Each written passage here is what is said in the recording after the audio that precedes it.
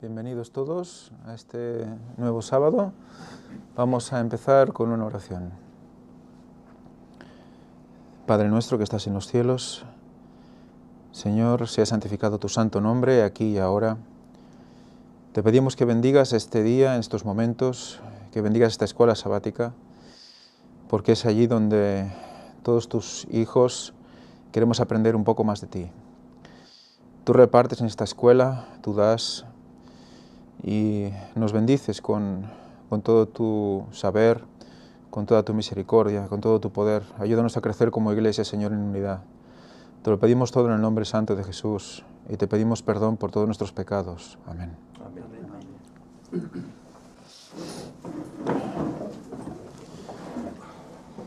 Bienvenidos todos.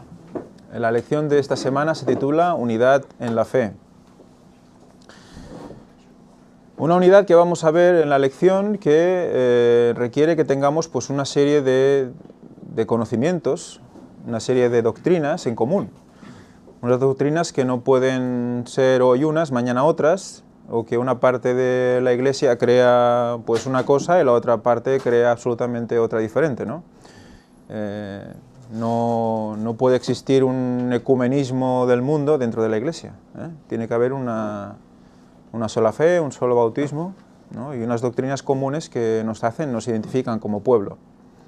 Y eso es un poco lo que vamos a ver hoy. Pero vamos a verlo también dentro de un marco, que la misma lección lo introduce, y que creo que es muy adecuado para los momentos que vivimos, y es el marco del Congreso en Minneapolis en 1880.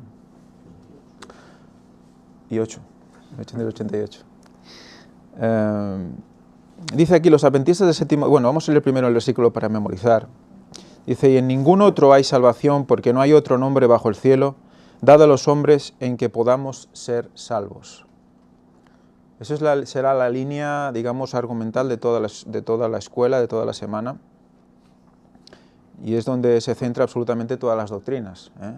Solo hay un nombre en el que podamos ser salvos, ¿eh?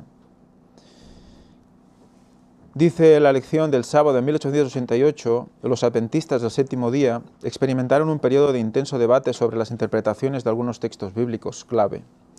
Mientras que los pastores y los dirigentes de la iglesia debatían la identidad de los 10 cuernos de la profecía de Daniel 7 y de la ley en Gálatas 3:24, muy pocos se dieron cuenta de que sus actitudes hostiles recíprocas destruían su comunión y amistad y así dañaban la unidad y la misión de la iglesia. Parece ser que hubo una cierta discusión, parece ser que muchos no estaban de acuerdo según qué cosas y se empezaron a salir pues, una serie de caracteres ahí en medio que fue lo que marcó un poco esa reunión. Pero vamos a leer al final un poco lo que dice Elena White concentrándonos sobre todo en lo que serían los hitos de la Iglesia, que es lo que durante toda la lección es lo que vamos a tomar, ¿no? a tocar. Elena White nos va a explicar al final qué es lo que entendían ellos por hitos de la Iglesia y que no entendían, ¿no? Y vamos a ver que va a ser como un previo a lo que hoy también estamos viviendo, ¿eh? Pero antes vamos a ir repasando la lección y luego al final leeremos lo que ella explica sobre esto y vamos a ver que realmente es muy apropiado. En la lección del domingo nos habla de la salvación en Jesús, uno de los hitos evidentemente básicos, ¿no? En el comentario que nos hace el autor, dice, aunque como adventistas del séptimo día tenemos mucho en común con otras organizaciones cristianas. Entonces yo me quedé pensando, porque mucho en común no es que tengamos, ¿no? Luego al final, en el resumen, veremos que dice algunas cosas, ¿no? Pero bueno, no sé, no acabo de comprender mucho, porque realmente si empiezas a pensar un poco, evangélicos, la ley, pues entonces ya nos cargamos absolutamente todo el evangelio, ¿no? Católicos, las imágenes, bueno, católicos no quiero decir nada, ¿no? De la cantidad de cosas que hay en contra, ¿no? Bueno, y otras denominaciones, la mentalidad del alma, en la mayoría, ¿no? Claro, todo eso cambia totalmente el concepto de la creencia en Dios, ¿no? Entonces ya directamente no se puede llamar ni mundo cristiano ni denominaciones cristianas, en todo caso denominaciones creyentes, pero no cristianas. Es muy Bueno, es muy significativo que hable de esta manera. Pero bueno, aparte de eso, vamos a concentrarnos en lo que sería este hito o esta enseñanza de la salvación en Jesús. Para ello vamos a leer Hechos 4, del 8 al 12. Hoy en vez de empezar por Josep, empezaremos por el final, por el otro Josep, que le llamaremos Pep para que nos entendamos todos. Pep, si quieres leer Hechos 4, del 8 al 12, y luego Javi, si quieres leer Hechos 10, 43. 4 del 8 al 12. Sí, Hechos 4, del 8 al 12 y 10, 43.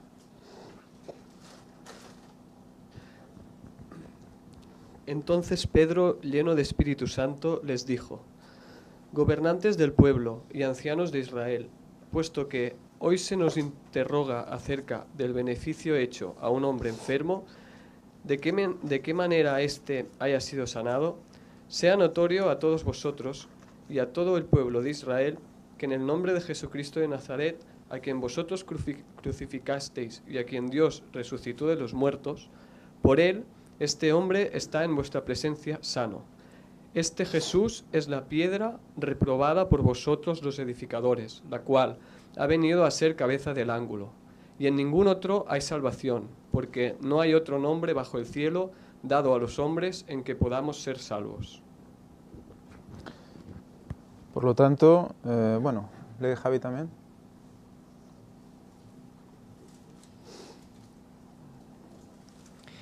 Hechos 10, 43. Sí, De este dan testimonio todos los profetas, que todos los que en él creyeren recibirán perdón de pecados por su nombre.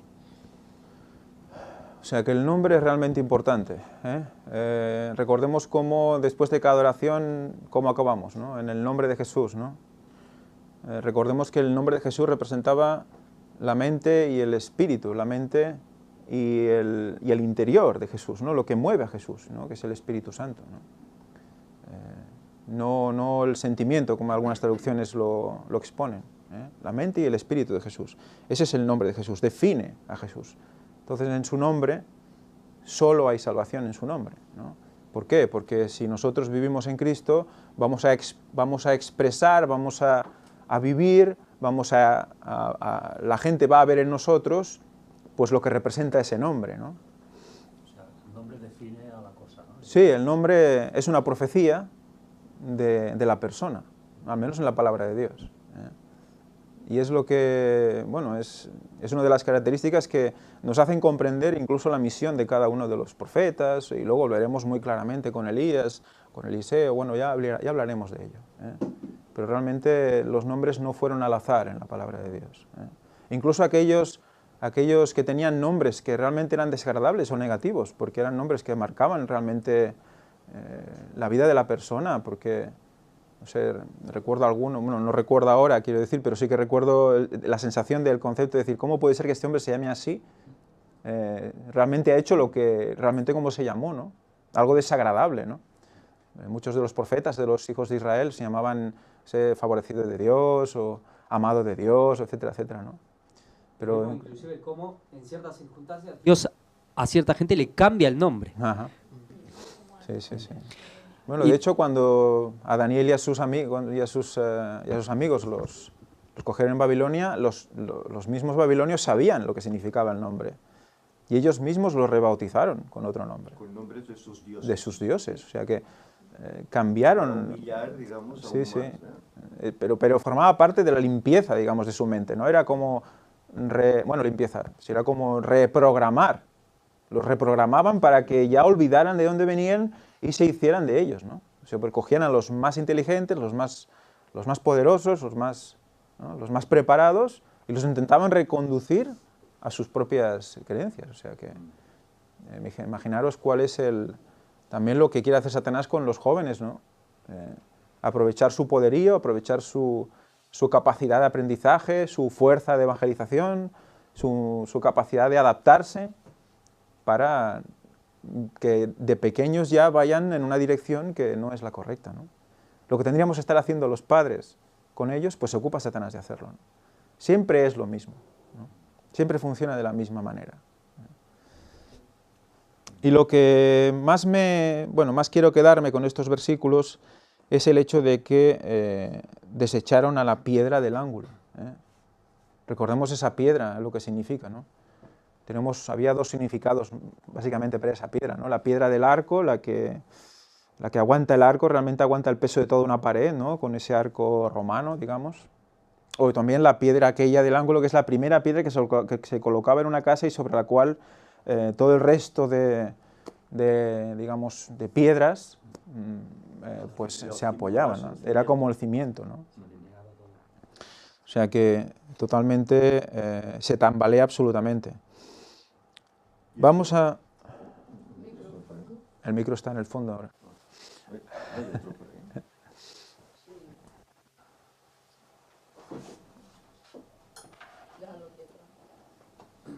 Y es que históricamente es así, cuando construyeron el templo esa piedra la dejaban a un lado, no le daban importancia hasta que vieron que era necesaria para aguantar todo el soporte de las paredes del templo. Por eso dice, la piedra que desechaban los edificadores al final vino a ser la principal, la cabeza del ángulo, ¿no? Haciendo referencia pues a Cristo, que lo desechó el pueblo, ¿no? Los dirigentes, y al final pues fue la base. Sí, sí, sí. Lo principal. Y más adelante en la lección nos recuerda 2 Corintios 5:19, creo que es muy significativo al respecto. Dice el apóstol Pablo, les dio a los corintios la buena noticia de que Dios estaba en Cristo reconciliando consigo al mundo. Dios estaba en Cristo reconciliando consigo al mundo. O sea, fijaros que es de ida, Dios estaba en Cristo reconciliando con Él mismo al mundo. O sea, yo envío a Cristo para que a través de Él vengan a mí. O sea, es un concepto precioso, sí, es el verdadero pontífice, ¿no?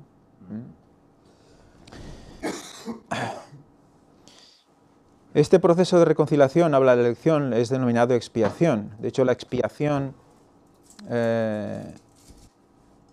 es la base de la salvación, ¿no? Luego veremos también otros conceptos en los siguientes versículos, pero el hecho de la expiación es una sustitución, es un sacrificio por sustitución. O sea, todo el mal que tendríamos que recibir nosotros, la vida que tendríamos que estar viviendo nosotros como pecadores, que de hecho sería muerte, ¿no? Está, digamos que, volcada sobre la figura de Cristo. Y por eso podemos seguir viviendo. Por eso podemos acceder a la vida eterna. Eso es lo que realmente hace que nosotros podamos estar frente al trono de Dios. Porque fijaros que cuando nosotros nos agarramos a Cristo y aceptamos ese sacrificio expiatorio, por eso se llama sacrificio expiatorio, sustitutorio, nosotros tenemos acceso, como creo que veremos en Hebreos más adelante también, al lugar santísimo. Tenemos acceso a través de Cristo a entrar al lugar santísimo. El lugar santísimo es delante del trono de Dios, es en el mismo arca de la alianza, el trono donde Él está sentado. Por lo tanto, recordad que en oración, cuando nosotros oramos, estamos ante ese trono. Y cuando nosotros oramos por alguien, ponemos a ese alguien, en ese momento lo ponemos delante de ese trono. Fijaros el concepto, es muy interesante.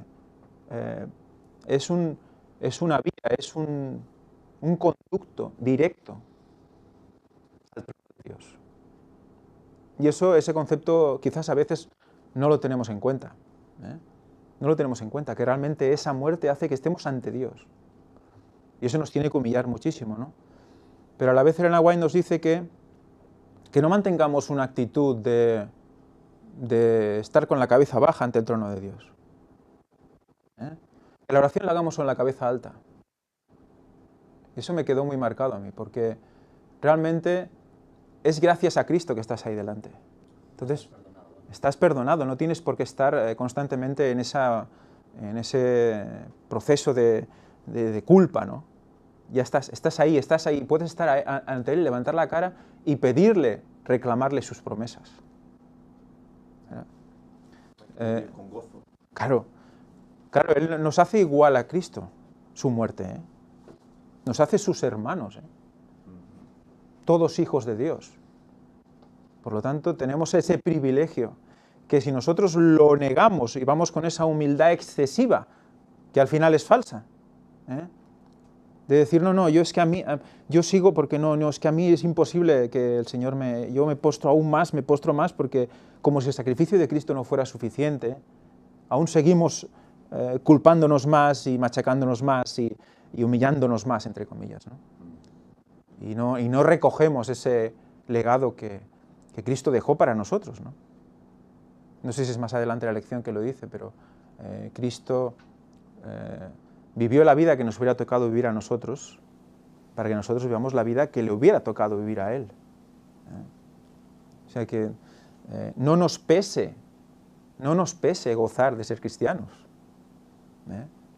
No nos pese gozar de estar ante el trono y de reclamar sus promesas. Hay un texto, se leyó en una escuela sabática hace poco, que cuando Jesús habla de que Él es el buen pastor, Él dice que por eso me ama el Padre, porque yo pongo mi vida para volverla a recibir. Es decir, Dios no nos ama porque Jesús murió por nosotros, sino que Jesús murió por nosotros porque Él nos ama. Es decir, y lo ama más porque da su vida por nosotros. Ese es un concepto que se ha perdido. Sabemos cómo, por ejemplo, el sistema católico romano, con el hecho de la intercesión, especialmente la Virgen María, con la aplacadora de la ira, como aplacadora de la ira, ha dejado una mala figura al Padre y al Hijo también, ¿no? Como que Jesús aplaca la ira del Padre por nosotros, pero tiene que estar María para aplacar la de Jesús, porque si no fuera por ella, es que entre el Padre y Jesús nos arrasan a la primera. Es que ese es el concepto y por eso se va muy con la cabeza agachas, como un miedo ante Dios. Pero justamente Jesús nos dijo que Dios lo ama más a Él porque dio su vida por nosotros. Con lo cual, por eso dice, acercaos confiadamente al trono de la gracia y hallaréis misericordia. Es curioso porque ponen la excusa de la resurrección para guardar el domingo y en cambio se quedan solo en la muerte. No viven el gozo de la resurrección, viven la pena de la muerte, ¿no? En la expiación se borran todas las culpas, y vemos el significado de la expiación, vemos como dice que es dejar libre algo hipotecado también el concepto, la definición. O sea, nuestra vida está hipotecada con Satanás, está hipotecada, ahí se ha quedado, ¿no? Pero en cambio Él nos libera de esa hipoteca, ¿no? Muchas veces estamos muy preocupados por la hipoteca de nuestra casa, pero realmente hay que preocuparse por la otra hipoteca, ¿no? Nuestra vida está hipotecada. En cambio, Cristo ya pagó, dice, es también un rescate mediante precio, es decir, bueno, yo suplo toda esa hipoteca, yo pago todo, no hay problema. La deuda que tenemos con Dios yo la pago entera, la pago por vosotros y luego ya vosotros podéis acceder a vivir conmigo, ¿no? De hecho, hasta tiene un símil de la casa, ¿no? Porque ¿dónde estaremos morando, no? Moraremos en la Nueva Jerusalén, ¿no? Y estaremos en un nuevo mundo con Él, ¿no? Y tendremos una nueva casa también, ¿no? Que está haciendo moradas para nosotros, ¿no? Entonces todo eso es un concepto realmente que deberíamos pensar más en ello. Son cosas puedes pensar, ¿no? Es una lección muy básica, todo el mundo sabe, ¿no? Expiación, redención, todo el mundo lo sabe, Cristo en la cruz, muerte. Pero cuando dice Elena White que tenemos que estar planteándonos una hora al día al menos sobre este tema, pensar sobre ello, es porque realmente lo necesitamos. Podemos creer que lo que necesitamos es saber más sobre todo el conocimiento de la eternidad y sobre todas las profecías escondidas y sobre todos los significados escondidos de la palabra de Dios, ¿no? Y empezamos a leer y a buscar, Señor, muéstrame esto, envíame tu Santo Espíritu, ¿no? Pero luego nos quedamos a medias y nos olvidamos de lo básico, ¿no? Que es la expiación, para vivir en paz y tranquilos, porque también el exceso de estudio nos puede trastornar, si no nos paramos y pensamos en que realmente lo tenemos todo en Él. Todo es vuestro, dice. Todo. Todo es mucho.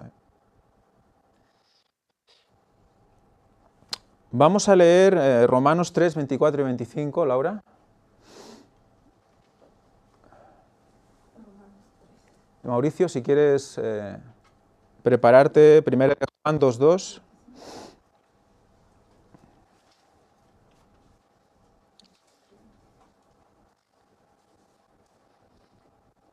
También recordaros o recordar que lo que realmente nos expía, ese sacrificio expiatorio está basado en su sangre expiatoria. Y esa sangre expiatoria, ¿dónde cae? ¿Dónde cae?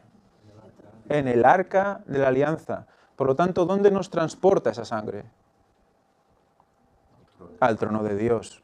O sea, fijaros cómo es impresionante el concepto que ya tenemos o que ya podíamos tener hace mucho tiempo de lo que, bueno, desde el principio, de lo que es la palabra de Dios, de lo que es estar ante Dios, como los descubrimientos de Ron Wyatt simplemente confirman esto, ¿no?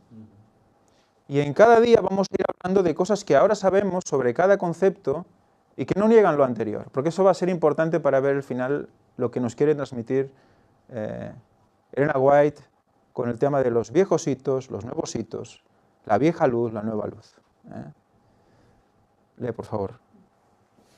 Siendo justificados gratuitamente por su gracia, mediante la redención que es en Cristo Jesús, a quien Dios puso como propiciación por medio de la fe en su sangre, para manifestar su justicia a causa de haber pasado por alto en su paciencia los pecados pasados. Exacto.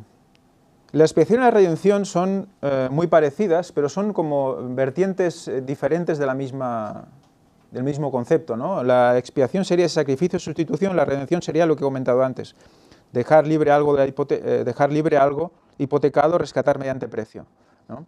O sea, redimir realmente es comprar por precio y expiar es sustituir por sacrificio. Yo me pongo en vez de ti y al ponerme en vez de ti estoy pagando por ti. Redención y expiación están muy unidos. Primera de Juan 2:2.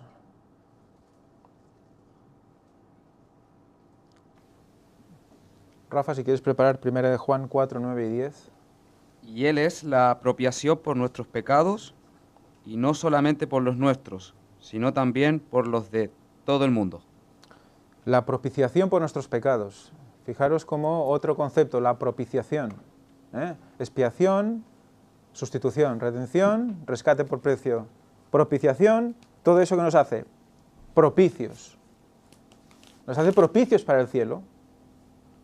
Eso ya nos ha preparado para el cielo. ¿Lo queremos coger o no lo queremos coger? ¿No?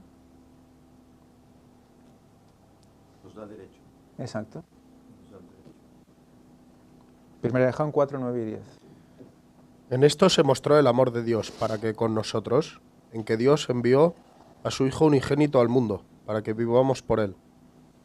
En esto consiste el amor, no en que nosotros hayamos amado a Dios, sino en que Él nos amó a nosotros y envió a su Hijo en propiciación por nuestros pecados. Volvemos al concepto, ¿no?, de la propiciación. ¿En qué consiste el amor? Él nos amó primero. ¿Qué mayor muestra de amor que ese? Por eso plan de redención. Exacto. Lo que dice Josep San Vicente es el plan de redención. Es lo que estamos ahora mismo, de lo que estamos disfrutando, si queremos disfrutar. Recordemos que es una opción todo el rato.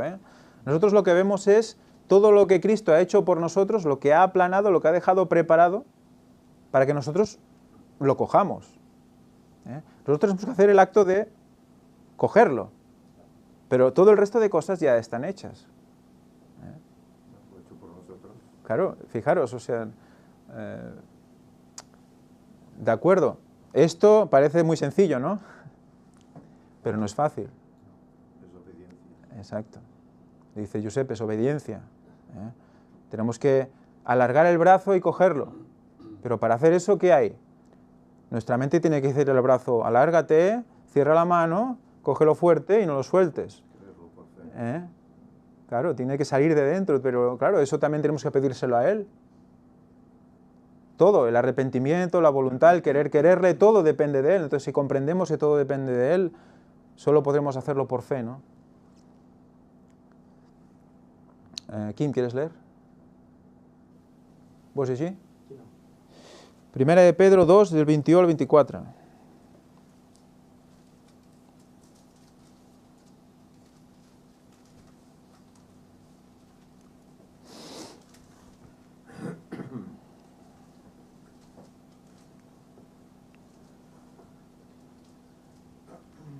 ¿La 22 o 24? Del 21 al 24. La primera de Pedro 2, 21 al 24.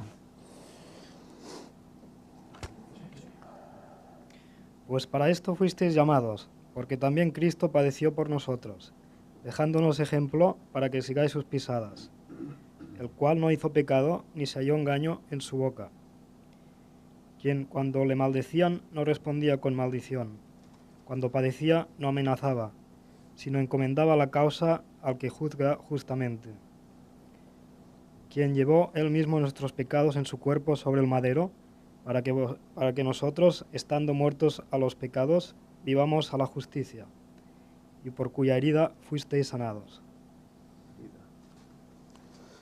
Y por cuya herida fuisteis sanados. Él, ¿cómo respondía?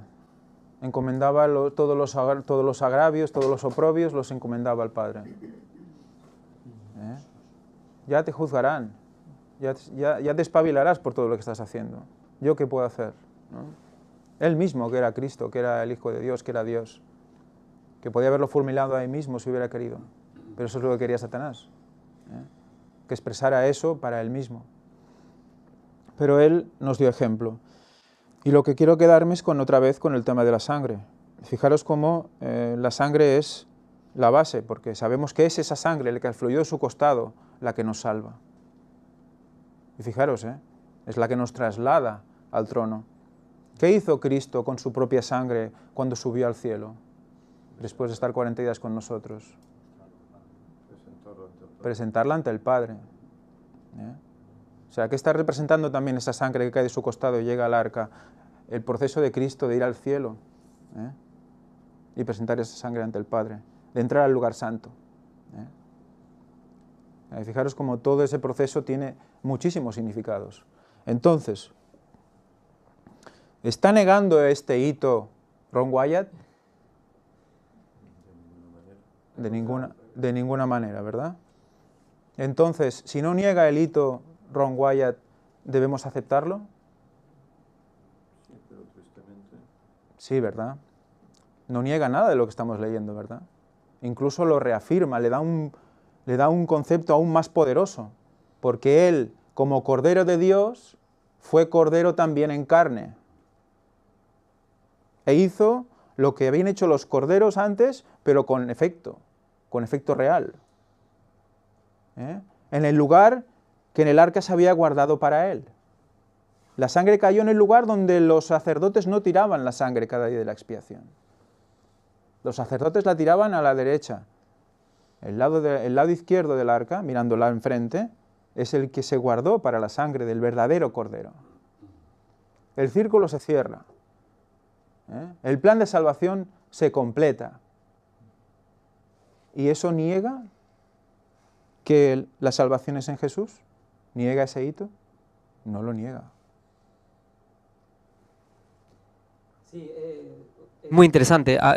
Yo hablaba esto con un pastor y él como me decía, bueno, es que da igual si la sangre cae ahí o cae en la roca, da igual. Y uno dice, bueno, a ver, las órdenes de Dios fueron tan meticulosos con respecto al templo, a lo que eran solamente los tipos, la sombra, los animales, como la sangre, no lo va a hacer en el antitipo, en el hecho verdadero. A veces olvidamos que Dios es juez y estamos en un tribunal de juicio. ¿Acaso cuando uno hace un juicio o cualquier cosa da igual donde se ponga el sello? Bueno, mira, firma en cualquier lado.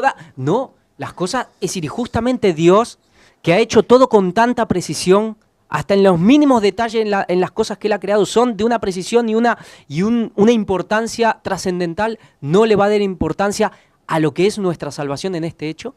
Es un tribunal. Si justamente la sangre de los animales tenía que ir ahí, con más razón la sangre de Cristo.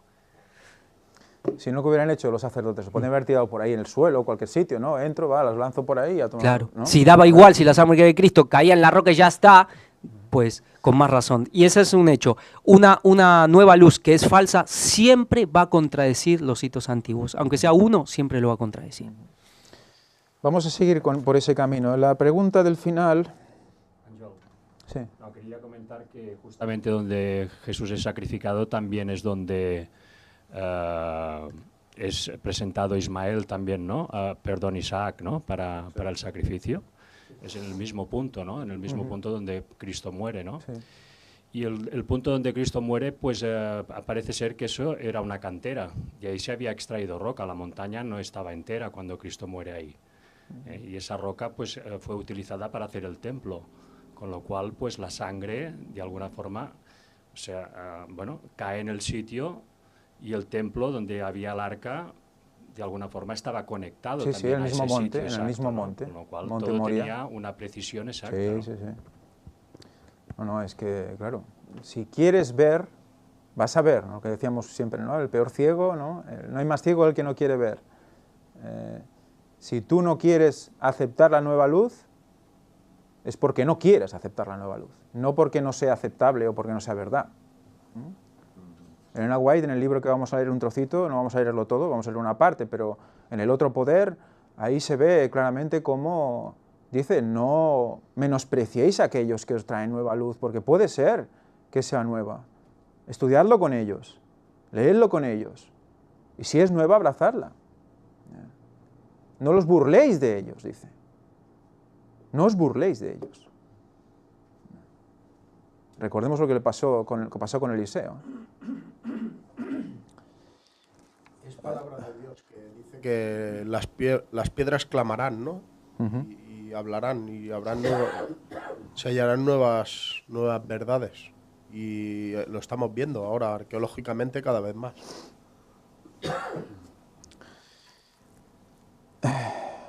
Diego dice, aunque compartimos con muchas otras organizaciones cristianas esta creencia de la muerte y resurrección de Cristo, la proclamamos en el contexto del Evangelio eterno, el tema del tercer ángel, ¿no? Parte del mensaje de los tres ángeles de Apocalipsis 14, del 6 al 12. Como adventistas del séptimo día ponemos énfasis en estos mensajes como ninguna otra organización cristiana. Y yo diría, y el cuarto. Falta hablar del cuarto también. Siempre nos quedamos en el tercero, y eso es 1844, cercano por ahí. Luego está el cuarto. Porque estudiaremos cómo Elena White estaba preparando un pueblo para ese cuarto ángel también. Entonces, ella no sabía cuándo venía. Eso también le traía un poquito, la tenía, digamos que eso era algo que la gente le preguntaba también, y ella dijo que no sabía cuándo iba a venir el cuarto ángel, el fuerte clamor. No tengo conocimiento de cuándo será. Pero sabía que era importante. La pregunta del final dice, ¿cómo puedes aprender a tener presente en todo momento la realidad de la muerte y la resurrección de Cristo y la esperanza que ofrece? Hoy en día, evidentemente a la luz de la verdad presente, porque si no, no tiene sentido vivir. ¿Cómo tenemos presente la muerte y la resurrección de Cristo y la esperanza que ofrece? ¿Qué esperanza nos ofrece la resurrección de Cristo? La nuestra propia, ¿no? La nuestra propia. ¿Y eso cuándo será? Lo tenemos cerca, ¿verdad? ¿Eso no es lo que realmente hoy en día te hace seguir, te hace tirar? ¿Que lo tienes tan cerca? ¿Que 2031 está a la vuelta de la esquina? ¿Que están a punto de producirse los eventos más impresionantes de la historia? ¿Eso no hace que tú quieras ser salvo en Cristo? ¿Niega ese hito? Sigamos. La segunda venida de Cristo, el lunes. Nos habla del nombre, adventistas del séptimo día, que no tiene mucho significado, ¿verdad?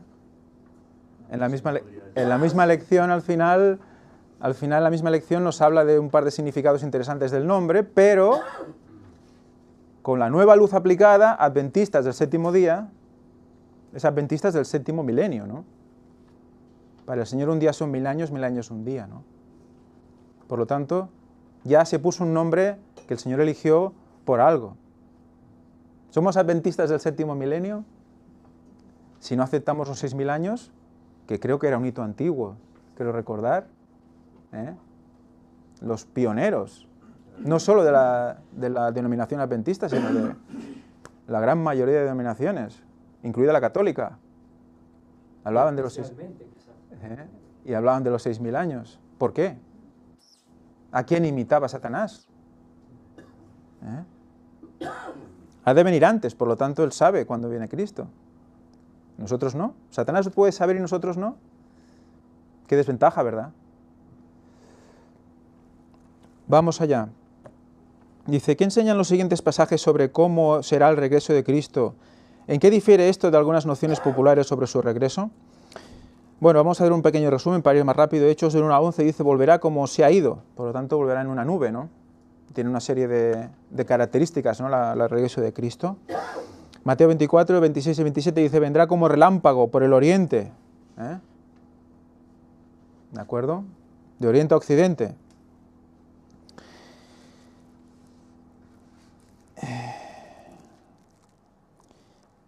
En Apocalipsis 1.7 dice, todo ojo le verá, de los que le traspasaron, también. Y yo dejo un deber ya para el próximo culto de primavera-otoño y es la nube que vio Elías, ¿de dónde viene? ¿De dónde viene? Eso lo dejamos para el próximo día.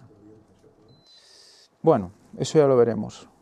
Ya lo veremos. ¿De dónde viene la nube de Elías? Que Elías viene, que Elías ve. ¿De dónde viene? Todo ojo le verá. Recordad también, cuando vi todo ojo le verá, recordé rápidamente, dice, y todo el evangelio que será predicado en todas las naciones, ¿no? Y entonces vendrá el fin, ¿no? Cuando el evangelio será predicado en todas las naciones, entonces vendrá el fin. Antes de que todo ojo le vea, todo oído le va a oír. Todo oído le va a oír. Bueno, pero muchos no obedecerán. Eso es otra cosa. Pero todo oído le va a oír. ¿Y quién va a hacer? Para testimonio a todos. A todas las naciones, y entonces vendrá el fin. Para testimonio a todas las naciones, recuerda Josep. ¿Y quién va a hacer eso? El fuerte clamor, el cuarto ángel, ¿verdad? El movimiento del tercer Elías, ¿verdad? Ese es el que va a hacer eso. Fijaros, uno va a llenar todo oído y el otro todo ojo. Lo dejamos ahí. Dice en 1 Tesalonicenses 4, 13 al 18, dice, y los muertos en Cristo resucitarán primero, ¿no? Y nosotros seremos transformados, ¿no? Nos recuerda toda una serie de cosas que nos han de pasar, cosas que han de pasar a los muertos antes que a los que lleguemos vivos, si Dios quiere, ¿no? Y luego ya nos habla de ese caballo blanco, en el Apocalipsis 19, del 11 al 16, que viene el caballo blanco y acompañado de todos los otros seres celestiales también como en caballos blancos, ¿no? Refiriendo pues esa venida de Cristo. Rey de Reyes. Exacto. El Apocalipsis 19, 15. 19:15. Nos dice, de su boca sale una espada aguda para herir con ella a las naciones, y él las pastoreará con vara de hierro, y él pisa el lagar del vino del furor de la ira de Dios Todopoderoso. Eso es la venida de Cristo, ¿verdad? ¿Es la venida de Cristo? Y antes de la venida de Cristo, ¿qué pasa? Viene fuego y destruye toda la tierra, ¿no? Justo en el momento de la venida de Cristo le precede fuego, ¿verdad? Esa espada aguda que herirá a todo el mundo. Y resulta que después de herir a todo el mundo dice que va a pastorearlos. Vamos a hablar de eso también. Es muy interesante esto, que esté aquí también. Vamos a hablar de todas estas cosas que parecen ilógicas, pero que son muy lógicas, cuando comprendemos realmente qué implica la venida de Cristo. Más adelante dice, no se debería especular con el momento en que ocurrirá este hecho, porque Jesús mismo dijo, pero del día y de la hora nadie sabe, ni aun los ángeles de los cielos, sino solo mi Padre. Entonces tenemos un hito antiguo que, según la verdad presente, lo destroza. No sirve. El hito nuevo destroza el hito antiguo. ¿Realmente este es un hito antiguo? ¿Realmente esto existe como hito antiguo o es un hito moderno? Es moderno, ¿verdad? Pues ya es un dogma. Es un dogma moderno, es como el dogma de la evolución. Es un dogma también. Luego lo veremos en la lectura del otro poder. Pero Está claro que ya hemos mostrado y seguiremos mostrando cómo esta expresión es lo que es, tiene un sentido literal, evidentemente, no sabemos el día y la hora, y no la estamos proclamando, pero sabemos el momento de su venida. Y el día y la hora nadie sabe, dicho por los mismos judíos, es que el día de las trompetas, el momento previo al inicio del año civil, el día de las trompetas, con todo lo que eso significa, que ya lo hemos estado viendo de primavera a otoño en los cultos. ¿Qué significa? Pues la total predicación del mensaje del tiempo final, la total predicación de la verdad presente con fuerte voz, fuerte clamor. Eso es. Y por lo tanto la preparación de un pueblo para la venida de Cristo. Ahora que vemos la verdad tal cual es, ¿esto está negando el hito de la segunda venida de Cristo? ¿Está negando de que no debemos velar para su venida? ¿De que no debemos ignorar o no debemos cesar de qué? Dijo, lo vimos el otro día, no negarse a averiguar el momento de su venida. Es pecado. Lo dijo Elena White. No negarse, o sea, negarse a averiguar el momento de su venida. Por lo tanto, si no lo hacemos, entonces estamos negando el hito de la segunda venida de Cristo. Porque vamos a pensar que viene mañana o que vendrá de aquí 500 años. Entonces estamos negando el hito de la segunda venida de Cristo. Pero sabiendo la fecha, sabiendo el año, no estamos negando el hito de la segunda venida de Cristo. Lo estamos reafirmando, como lo hicieron Elena White, como lo hizo Miller, etcétera, etcétera. Además, el saber la fecha es especialmente importante por el tema también de la venida falsa de Satanás. Si no conocemos la fecha es un dato importantísimo, porque la venida de Satanás, aunque sabemos también cómo será y que habrán cosas que no se le permitirán hacer, va a ser tan poderosa que va a atrapar a tantísimos cristianos, ¿no? Con lo cual, si tú eres consciente de que Jesús no viene hasta el año 2031, es una pieza muy importante de este rompecabezas para no perderte. Es fundamental, ¿no? Para no perder el oremus, no ponerte de urgencia constantemente. Evidentemente, cada día debes estar preparado, porque no sabes cuánto vas a vivir, no sabes si vas a llevar a otros a la perdición si no dices la verdad, ¿no? Por lo tanto, tienes que estar cada día sumiso, cada día humilde, no puedes dejarte. Luego, más adelante, curiosamente, nos habla de las 10 vírgenes. Justo después de decir esto, nos habla de las 10 vírgenes, la lección. Justo después. Cuando sabemos perfectamente que esas 10 vírgenes estaban dormidas todas, pero unas estaban aún en comunión con el Señor y escucharon a alguien, el cual no se cita en la lección de hoy. Pero primero tuvieron que creer a ese alguien y escucharle. Recordad, todo oído oirá a ese personaje, que era ¿quién? El amigo del esposo. Ese hombre que grita y dice, ahí viene el esposo, salid a recibidle, ¿no?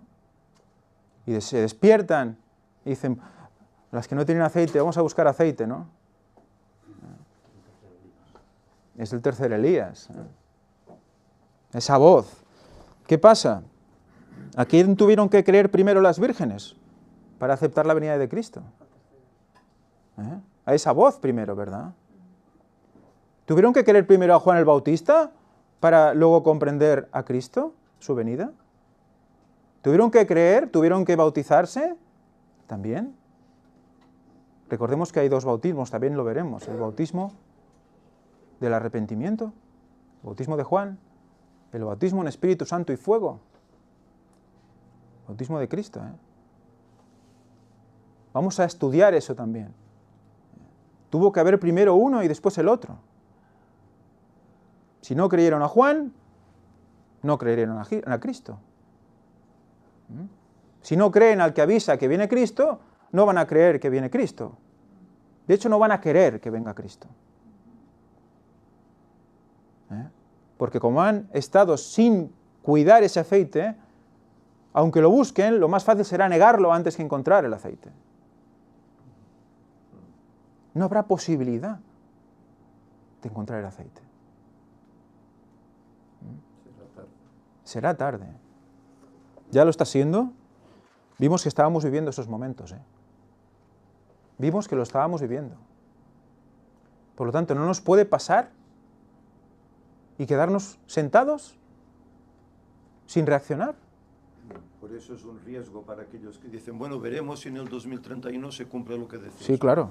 Pero claro, para ellos será tarde. Evidentemente. Porque si no se han preparado, ¿qué creen? Que el Señor les dirá, bueno, va, ahora ya puedes entrar.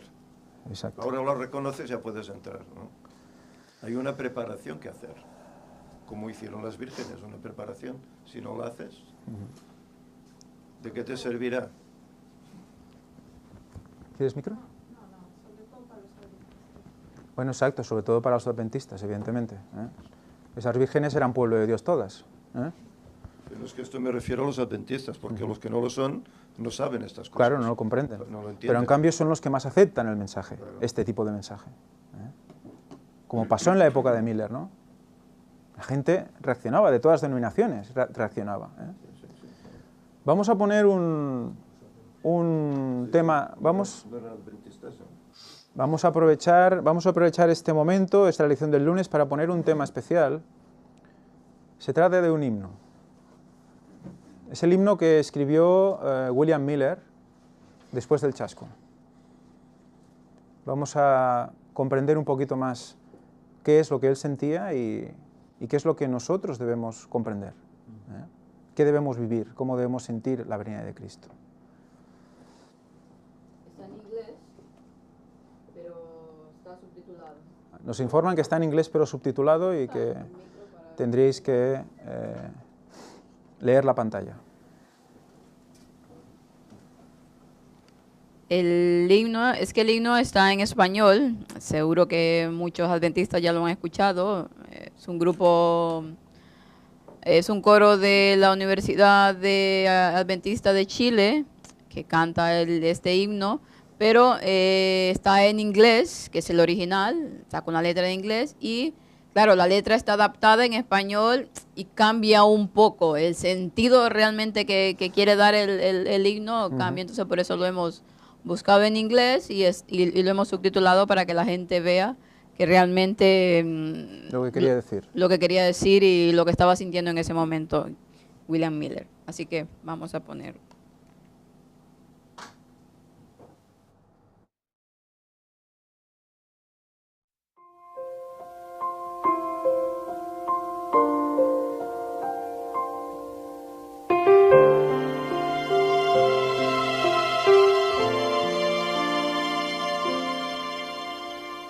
I have fixed my mind on another time, on another time. And here I mean to stand until God gives me more light. And that is today, today, today until He comes. I have fixed my mind on another time, on another time. I have set my course on the narrow way, on the narrow way. For I know the time is close at hand, for which I watch and pray. And that is today, today, today until He comes. I have set my course on the narrow way, on the narrow way.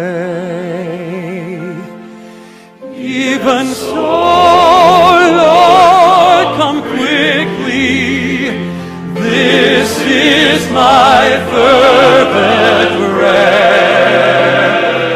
For I've caught a glimpse of glory, and I'm longing to be there.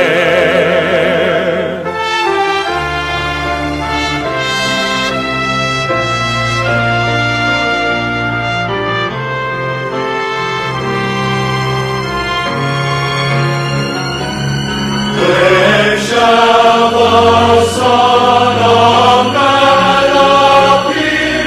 A trumpet sound his blast. Let Christ be seen in glorious fire, with all the saints amassed.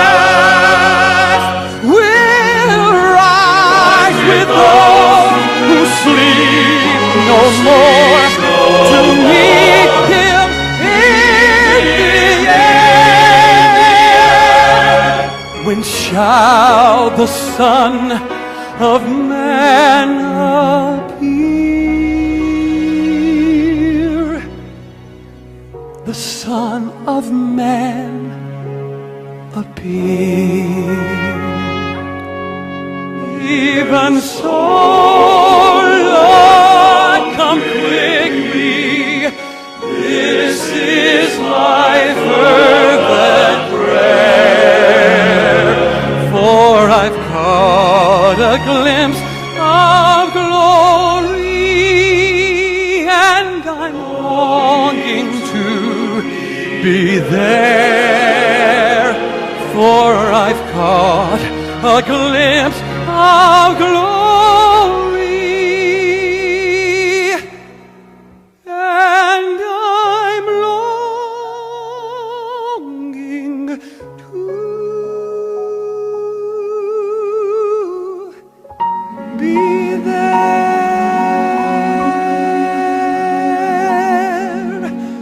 I have fixed my mind on another time, on another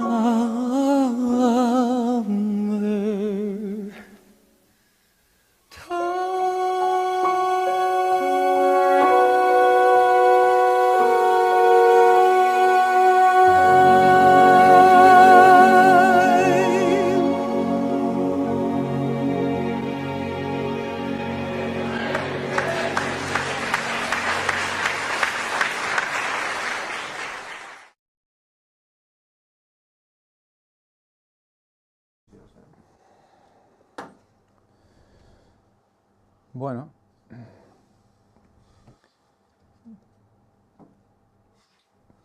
Muy bonito.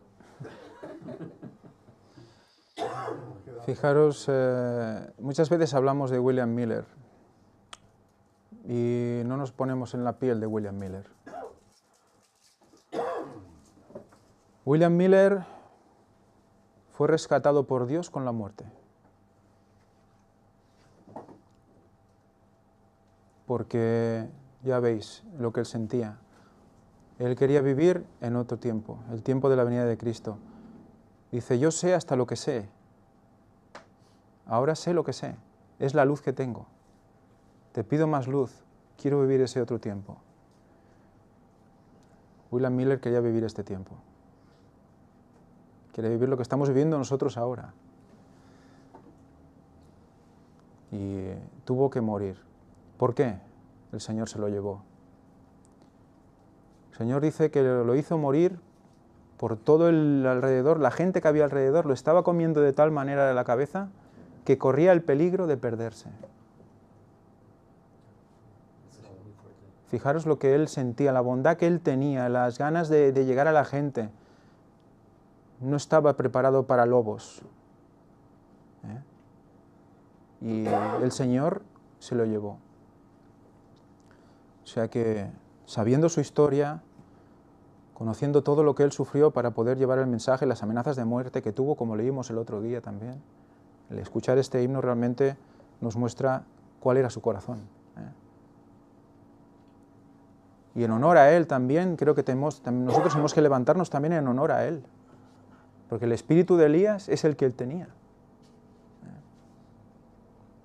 O sea que tengámoslo en cuenta. Siguiendo la lección de hoy, vamos a hablar justamente del santuario celestial, justamente lo que ellos tuvieron que descubrir. Lo que el Señor les mostró, ese chasco de no recibir a Cristo, se convirtió en nueva luz. Una luz que aún hoy en día es vigente. Ese tabernáculo. Y sabiendo lo que sabemos ahora del momento en que viene Cristo, ese tabernáculo no toma más poder. ¿Qué pasaba en la fiesta de tabernáculos? Todas las personas se reunían, todo el pueblo de Dios se reunía en Jerusalén, en tiendas, y las ornamentaban como representando al Edén, un nuevo comienzo. El mes de Tishri significa comienzo, nuevo comienzo, que es el séptimo mes. Pues justo en esa fiesta, todas las tiendas, pequeños tabernáculos, estaban alrededor del gran tabernáculo. El tabernáculo central, que representaba a Cristo. ¿A qué nos recuerda un tabernáculo central y todos los tabernaculitos alrededor? Lo estuvimos viendo en los cultos de primavera-otoño. Representa a Cristo con todo su pueblo alrededor en el campamento. Y en ese momento se manifestaba su gloria. En el lugar santísimo, en el campamento se manifestaba su gloria. Veían cómo su gloria bajaba y descendía al tabernáculo. O sea que es su venida también a la tierra, al estar con nosotros. Cristo con los suyos. Eso es tabernáculos, eso era la fiesta de tabernáculos. El tabernáculo, ¿no nos está recordando eso? ¿Y no nos está recordando el tabernáculo que tiene dos partes con unas medidas muy concretas? 40, 20. Bueno, de hecho no era 40-20, era 30-10 o algo así. No recuerdo ahora mismo las medidas concretas, pero sí que era 2 tercios, uno y 1 tercio el otro. Y de los 6.000 años, 40 son 2 tercios y 20 o 4.000 son 2 tercios, 2.000 el otro tercio. Sé que el Santísimo era 10 por 10, creo recordar. Por lo tanto tenemos 20 por 10, 10 por 10. O sea que tenemos el mismo santuario, ya nos está diciendo un recorrido temporal de 6.000 años, a los 4.000 años de la entrada del pecado Cristo muere, el velo se rasga, su costado es traspasado, el velo es traspasado, recordemos que en hebreo nos habla de que a través del velo, que es su carne, tenemos acceso al lugar santísimo, y volvemos otra vez a Ron Wyatt, y volvemos otra vez a la línea de tiempo de los 6.000 años, lo cual sí era un hito antiguo. Entonces, ¿la nueva luz está negando el hito del santuario? No, lo refuerza. Le da más poder. ¿Nos lleva a dónde? A la segunda venida de Cristo también. Vamos a seguir. El sábado. Otro hito, otra base de nuestra creencia, ¿no? Base bíblica. El sábado. En sábado Dios reúne a su pueblo. En sábado recordamos la creación. En los dos lugares donde se menciona el cuarto mandamiento, uno nos hace referencia a la creación, en el Éxodo, y el otro nos hace referencia a la salida de Egipto, la cual fue en primavera, y a partir de la cual todos moraron en tiendas. Recordemos que esas dos cosas también son representadas en el tabernáculo, en la fiesta de tabernáculos. Tanto en Pascua se celebra la salida de Egipto y en tabernáculos se celebra el haber estado en tiendas.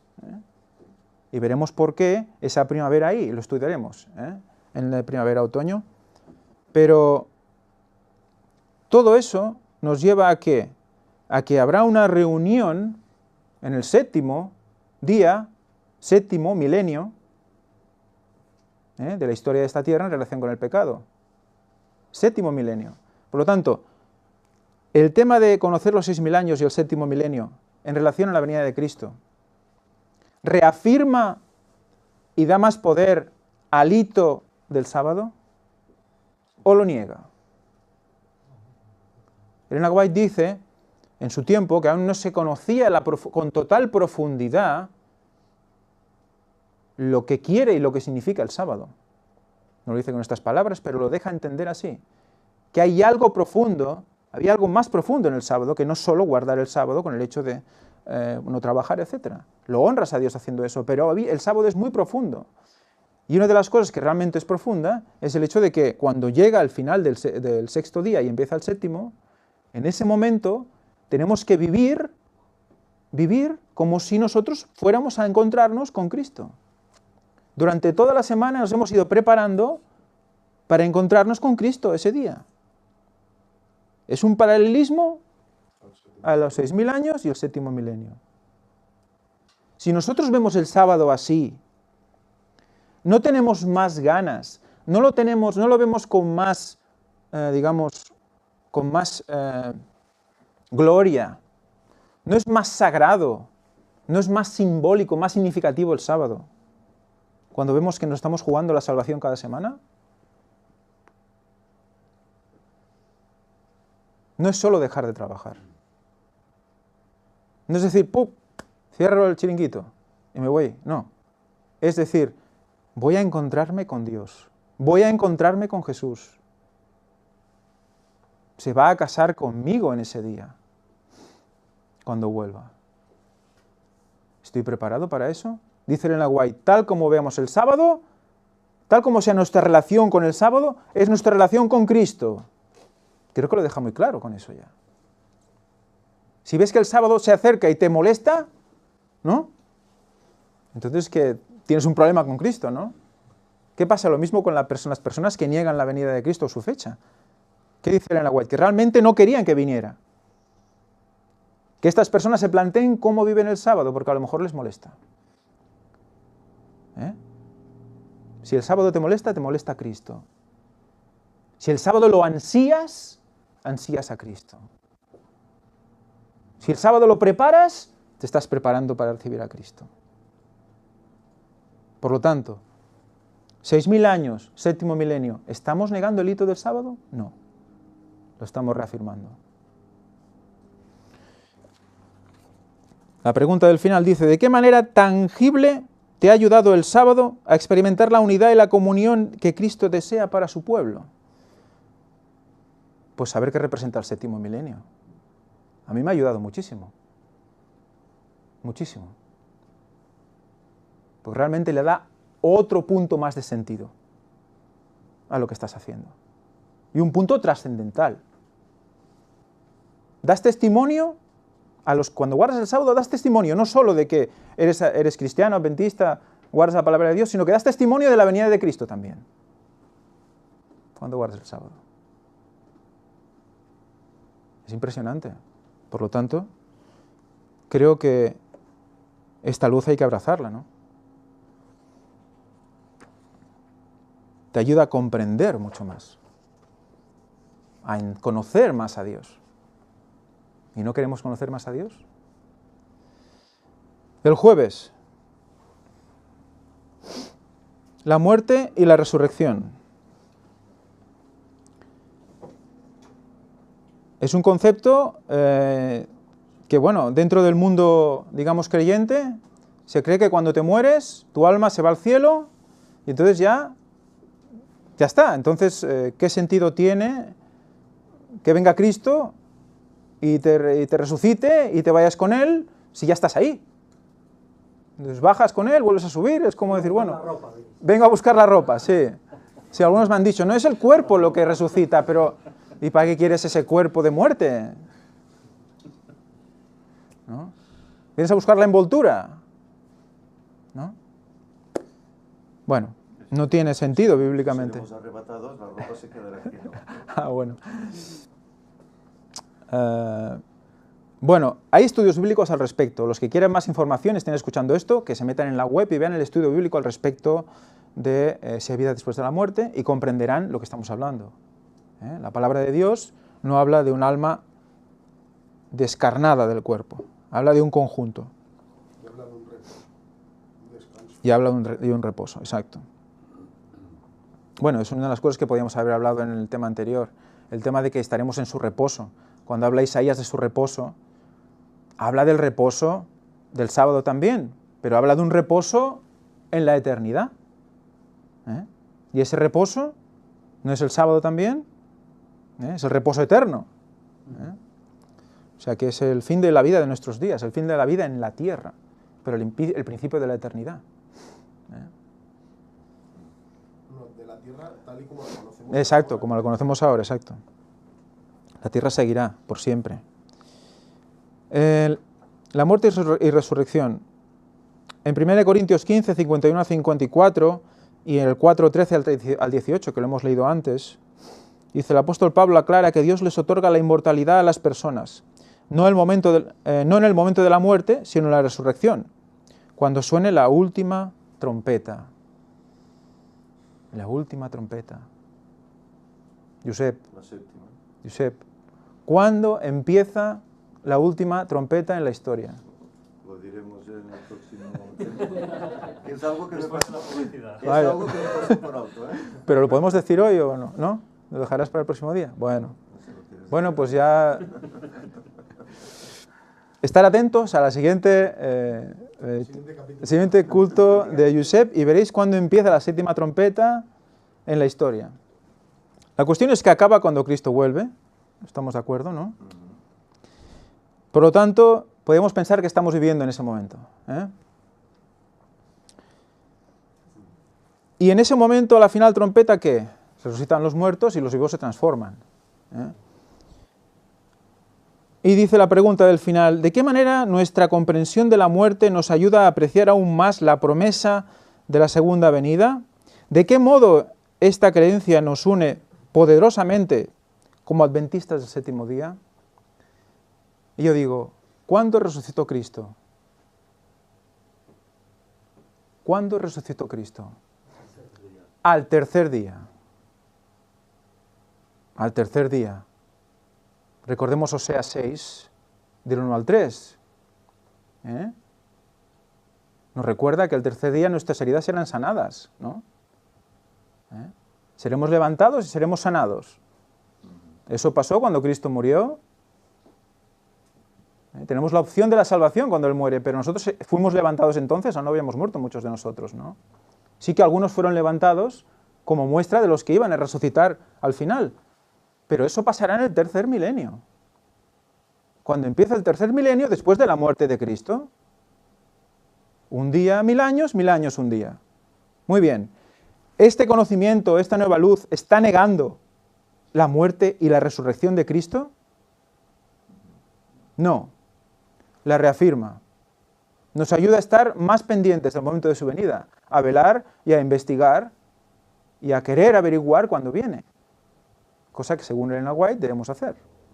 Por lo tanto, no estamos negando tampoco este hito. ¿Vale? Entonces, de momento vamos bien con la nueva luz. Sí, yo quería comentar, cuando vino Jesús, al mismo Jesús lo acusaban de negar la ley y los profetas, de ir contra lo que enseñó Moisés. Y Jesús dijo, yo no vine a abolir, vine a cumplir. Jesús cumplió todo lo antiguo. No negó nada, lo amplió, lo cumplió y lo reafirmó. Pues este mensaje es evidente que está haciendo lo mismo. Está cumpliendo y está reafirmando y confirmando todas las verdades que ha tenido el pueblo de Dios de toda la historia. Y especialmente podemos hablar de, es decir, cómo el cuarto ángel confirma al tercero. Yo he tenido unas palabras cuando a mí me expulsaron de la iglesia. Es decir, yo se lo dije al pastor.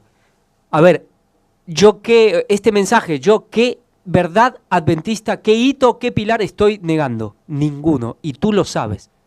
Y él no me pudo decir lo contrario. Todas las nuevas verdades, que los antitrinitarios, con la naturaleza de Cristo, los de acá, los de allá, todos están negando las cosas antiguas. Todos están negando lo que Dios ha establecido mediante la Iglesia Adventista, lo que ha confirmado mediante el ministerio del tercer ángel, por así decir, para lo que ha levantado el lenguaje durante 70 años, lo que ha establecido esa lluvia temprana, esa fe apostólica que se ha confirmado como preparación para la lluvia tardía, todos estos movimientos que le llaman disidentes, y es verdad, independientes, lo están negando muchas cosas. Aquí no se niega nada. Es decir, es la misma historia que Cristo. Nos acusan, pero en realidad estamos confirmando y lo que están negando son ellos. Ellos se están apartando y esta escuela sabática justamente lo que hacen leer del otro poder es increíble, digamos. Es como la otra vez que cuando Fanny creo que la presentaba, que decía, es que esto se lo tienen que leer ellos y ponerse a meditar lo que mismo ellos están diciendo, ¿no? Y aquí pasa lo mismo. Y este mensaje confirma todo lo antiguo, no niega nada, sino que le da más poder y es el que cumple todas las verdades antiguas de toda la historia del pueblo de Dios. Se reúnen todas en un mismo globo, en un mismo grupo, y en conjunto son indestructibles, porque son verdad. Vamos a leer lo que dice en la White, deseado a todas las gentes, 16, 17. Cristo fue tratado como nosotros merecemos para que nosotros pudiésemos ser tratados como Él merece. Fue condenado por causa de nuestros pecados en los que no había participado, con el fin de que nosotros pudiésemos ser justificados por medio de su justicia en la cual no habíamos participado. Él sufrió la muerte que era nuestra para que pudiésemos recibir la vida que era suya. Es preciosa cita, ¿eh? Al mismo tiempo, el conjunto de nuestras creencias fundamentales y nuestras costumbres y el estilo de vida que surgen de esas creencias nos hacen únicos en el mundo cristiano, dice, bueno, yo diría creyente. Así es como debería ser. Si no, ¿para qué existir, al menos como adventistas del séptimo día? Nuestro amor por Jesús y las enseñanzas que proclamamos deberían ser el factor de unión más poderoso entre nosotros. ¿La verdad presente es un factor de unión? Es un factor de unión. Entonces, teníamos que estar unidos todos en la verdad presente. Hemos presentado la verdad presente. Hemos demostrado que los hitos no se tambalean porque nosotros defendamos la verdad presente. Nosotros sí que lo está haciendo también, evidentemente. Cada uno en su nivel local, ¿no? ¿Por qué entonces somos burlados y, diría yo, perseguidos? Porque el momento que te neutralizan o te aíslan, ya es una especie de persecución pasiva, ¿no? Bueno, porque la verdad presente en realidad lo que hace es dividir. Hace un zarandeo. Y este es el problema que vive la Iglesia. Ellos se cogen a los hitos, pero la verdad presente que refuerza esos hitos y va en consonancia con esos hitos no es aceptada. Y entonces eso crea, pues lo que dices tú, una opinión contraria, un desprecio y pues atosigar, perseguir, etcétera, etcétera. Entonces, ¿qué mensaje es el que está, le has dicho dividir, ¿no? Es una palabra muy interesante porque la hemos estado mostrando en los cultos de primavera-otoño, ¿no? Había un sonido concreto de la trompeta, truá, que además se parece a estruendo, como hemos leído en el himno, ¿no? Trueno también, ¿no? Tiene ese concepto, ¿no? Truá. Es un sonido fuerte. ¿Sabéis? El sonido que derribó las murallas de Jericó era ruá, raíz de truá. ¿Y quién emitió ese sonido? ¿Quién emitió el grito final? El pueblo. El pueblo. Por lo tanto, tenía el espíritu de Elías ese pueblo. Era un pueblo que ese grito derrumba murallas. Derrumba barreras. Si nosotros queremos estar unidos, tenemos que gritar todos el mismo. A la séptima vuelta, después de 7 vueltas, gritaron y se derrumbaron los muros. O sea que fijaros la importancia de sonar a la vez el grito adecuado. Nada puede pararte, nada. porque estás en Cristo. ¿Ibas a decir algo? Sí, quería decir que la verdad presente no es aceptada porque deja en evidencia a las personas que ahora mismo tienen el poder y al mismo Satanás. Y a la gente que está dubitativa la perderían, ¿no? Porque de alguna forma no encuentran ese camino. Vamos a leer ahora el otro poder, unos párrafos, bueno, un párrafo y un poquito más de otro, para que veamos en qué situación estamos. Porque esa situación que está definiendo de Minneapolis 1888, la estamos volviendo a vivir hoy.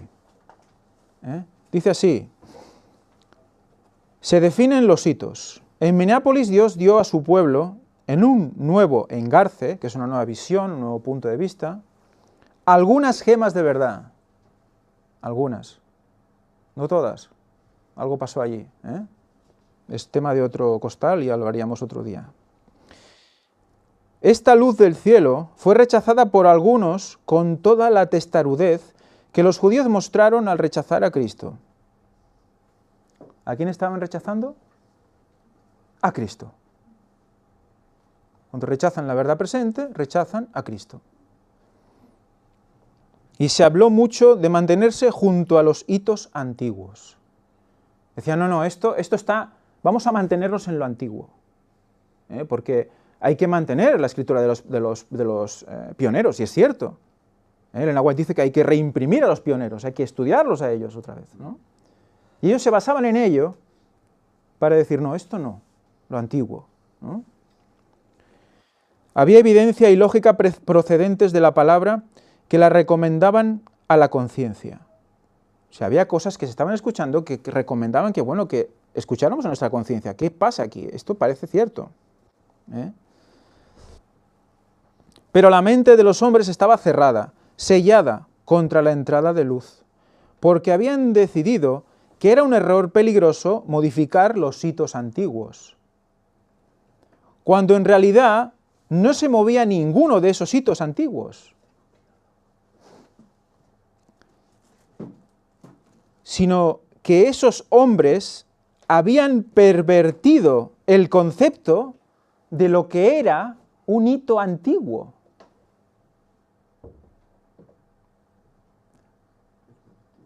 Habían pervertido el concepto de lo que era un hito antiguo.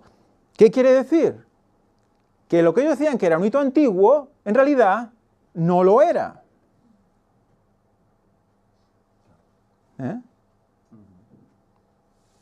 Sino que lo que se estaba presentando era una, digamos, un complemento, una aclaración de lo que era ese hito que le daba más poder. No comprendían que eso no era un hito antiguo. ¿Comprendes? No sabían lo que era un hito antiguo. Tenían un concepto erróneo de lo que era un hito antiguo. No entendían el proceso de la verdad progresiva.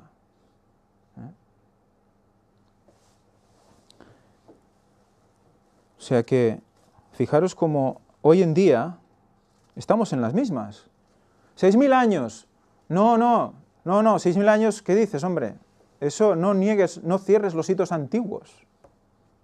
Pero si eso es más antiguo de lo que tú estás pensando, es anterior. Es un hito antiguo. Hay una corrupción de lo que es un hito antiguo. El día y la hora nadie sabe. Eso es un hito antiguo, lo estás negando. No, más antes de lo que estás diciendo, ya se aceptó que el día y la hora nadie sabe, era un hebraísmo, y se explicó con armonía, como dice Elena White. Eso es un hito antiguo, no lo otro. Toda una serie de el concepto erróneo de lo que es un hito antiguo. Eso es lo que hace que nos perdamos, porque no conocemos realmente los orígenes. Y hay que volver a los orígenes. Por eso decía Elena White, hay que reimprimir las obras de los pioneros, para ver cómo ellos llegaron a sus conclusiones, ¿no? Y comprender realmente de dónde venían las verdades, ¿no? Porque muchos de nosotros hemos entrado hace muy poco en la iglesia y conoces lo que te enseñaron, pero no sabes de dónde vienen esas enseñanzas, ¿no? Y ya te niegas de entrada, el día de la hora nadie sabe, el día de la hora nadie sabe, y siempre lo mismo, y siempre lo mismo. y no te paras a pensar, ¿qué pasó? ¿Pasó antes ya esto? ¿Ya se explicó esto? Entonces no sabemos lo que es un hito antiguo. Hay un concepto tergiversado y erróneo de lo que es un hito antiguo. Más adelante dice, no recibamos las palabras de los que vienen con un mensaje que contradiga los puntos esenciales de nuestra fe. ¿Los puntos esenciales cuáles son? Los hemos leído, ¿verdad? Y otros que no se han dicho, pero la Trinidad, por ejemplo. La Trinidad. ¿Es un hito antiguo? ¿O era nuevo? Entonces, todo esto es un mal concepto. Es un mal concepto. Y eso Elena White ya lo explicó respecto a Minneapolis. ¿Estamos viviendo lo mismo otra vez? Incluso se están sacando otra vez los escritos de Minneapolis, se están volviendo a sacar, están volviendo a expresar que todo lo que ahí se explicó, Elena White lo bendijo. Sabemos que no. Algunos, dice aquí. Bueno, pues hasta aquí en la naturaleza de Cristo. Bueno, una cosa lleva a la otra, de hecho. Una cosa lleva a la otra. Cuando no aceptamos los tres en uno, digamos... No, ya estamos, ya hemos acabado. Pues nada, vamos a acabar con una oración.